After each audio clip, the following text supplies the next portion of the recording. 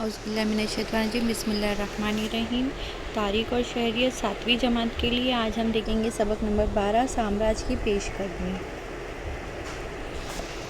तो हमने अब तक देखा कि मराठा इक़्तिदार के उरूज और तोसी का मुताला किया है और स्वराज के क़याम में जो है साम्राज्य तक का सफ़र कैसे तय हुआ। तो इस सबक में हम देखेंगे कि मराठा के साम्राज्य की तोसी के लिए मराठा सरदारों ने जो खिदमत अंजाम दी है। तो सबसे पहले हम देखेंगे इंदौर के होलकर। तो इंदौर के मल्हारराव होलकर इक़्तिदार के बानी थे। उन्होंने तवील अरसे तक मराठा हुकूमत की खिदमत की। वो गोरिल्ला जंग के माहिर थे। बाजीराव अव्वल और नाना साहेब पेशवा के दौर में उन्होंने शुमाली भारत में बहादुरी के जौहर दिखाए। मालवा और राजपूताना में मराठों की बालादस्ती कायम करने में इनका अहम किरदार था। पानीपत की जंग के बाद शुमाली भारत में मराठों की शान शौकत को दोबारा जिला बख्शने में उन्होंने माधवराव पेशवा की मदद की थी। अहिल्याबाई मल्हारराव के बेटे खंडेराव की बीवी थी। खम्बरी की लड़ाई में खंडेराव की मौत वाक़ हो गई। कुछ अरसे बाद मल्हारराव का भी इंतकाल हो गया। उसके बाद इंदौर की इंतज़ामी हुकूमत की ज़िम्मेदारी अहिल्याबाई के हाथों में आ गई। वो एक बेहतरीन सिफारतकार और उम्दा मुंतज़िम थी। उन्होंने कानून बनाकर लगान महसूल की वसूलियाबी जैसे मामला दुरुस्त किए। उन्होंने गैर मज़दूरों ज़मीन को ज़ेर काश लाने, किसानों के लिए कुएँ खुदवाने, तालाबों टीलों की तामीर और सनत और उल्फत के इर्तिका के लिए बड़ी कोशिश की। भारत की चारों सिमतों में वाक़ अहम मजहबी मकामात पर उन्होंने मनादिर, घाट, खानकाहें, धर्मशालाएँ, पानी की सबीलें बनवाई। मुल्क के सकाफ़ती इत्तेहाद के लिए उन्होंने बहुत अहम कोशिशें की। वो खुद लोगों के मामलात के फ़ैसले करती थी। वो सखी थी और किताबों से मोहब्बत करती थी। उन्होंने मुसलसल 28 बरस तक बड़े इस्तेकाम के साथ हुकूमत करके शुमाली भारत में मराठा इक़्तिदार के कद को बुलंद किया। रियासत में अमन व अमान, नज़्म व ज़ब्त कायम करके रिया को खुशहाल बनाया। मराठा शाह के ज़वाल के ज़माने में यशवंतराव होलकर ने हुकूमत को बचाने की कोशिश की। नागपुर के भोसले। तो नागपुर के भोसले ख़ानदान के परसोजी भोसले को शाहू महाराज के ज़माने में बराबर बिहार और गोवंडोन के इलाके बतौर जागीर अता किए गए थे।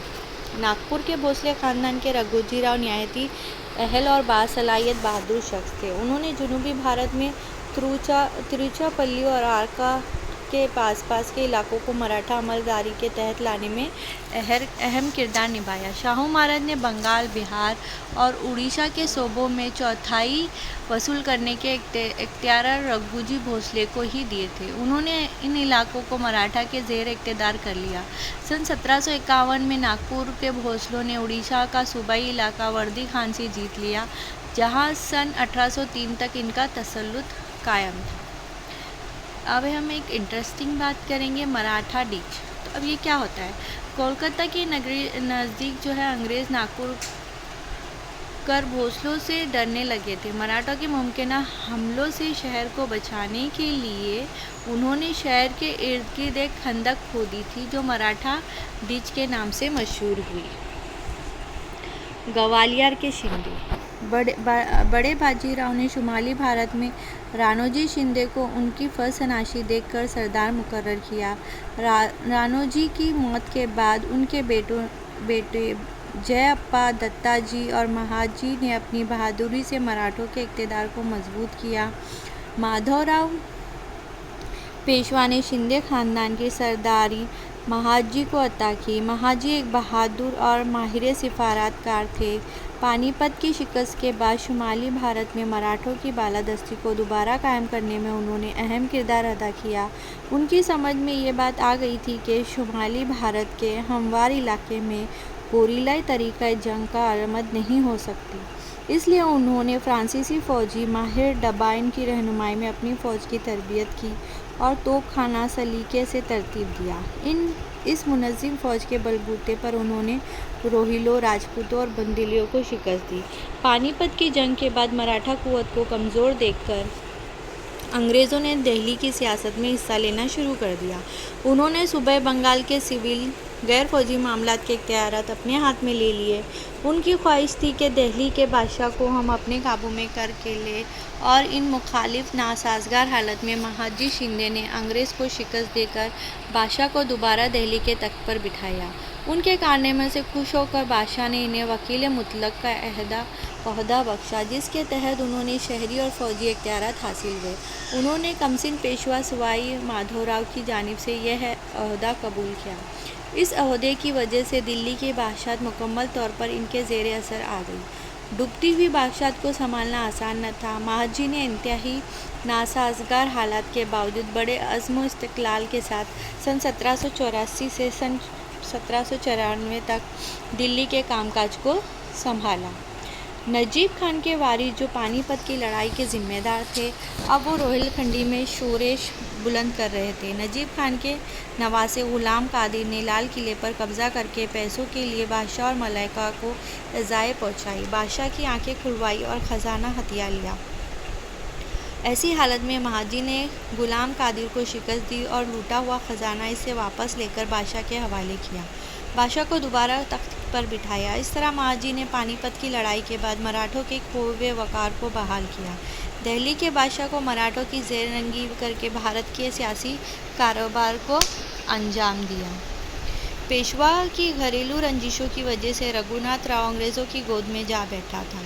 इसका इरादा अंग्रेज़ों की मदद से पेशवाई का ओहदा हासिल करना था।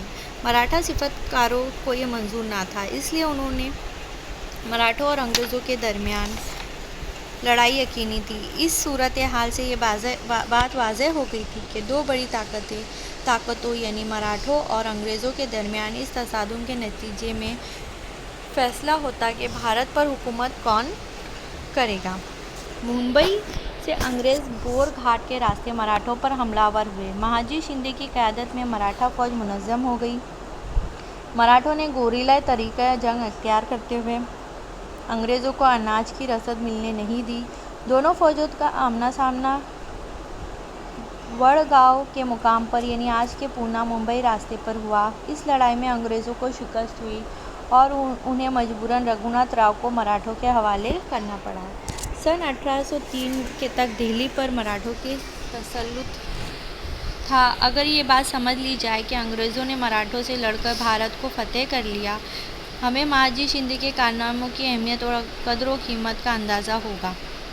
दिल्ली की अमूर सल्तनत का इंतज़ाम करके वो पूना आए, जहाँ वानड़ी के मुकाम पर इनकी मौत हो गई। इस जगह उनकी याद में एक छतरी तामीर की गई। शिंदे, होलकर और भोसले की तरह चंद अहम सरदारों ने मराठा हुकूमत की काबिल ज़िक्र खिदमत अंजाम दी।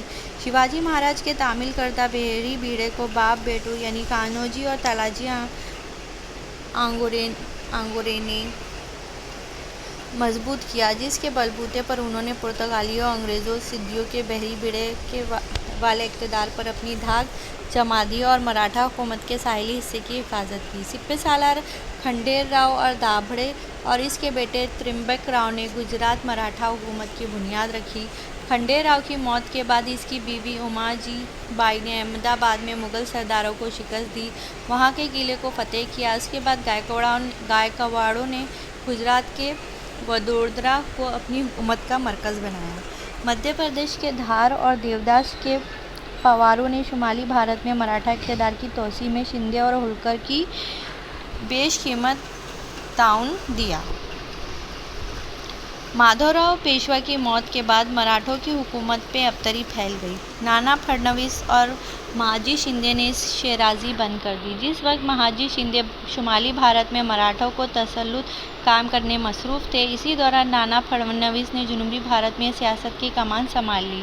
इस काम में पटवर्धन, हरिपंत, फड़के और रास्ते जैसे सरदारों ने उनकी मदद की, जिसकी वजह से जनूबी भारत में मराठों का तसल्लुत कायम हुआ। इंदौर के होलकर, नागपुर के भोसले, ग्वालियर के शिंदे, वडोदरा के गायकवाड़ ने अपनी शजाअत, क़यादत और सलाहियत जैसे औसाफ के ज़रिए मराठा इक़्तिदार को वक़ार अता किया।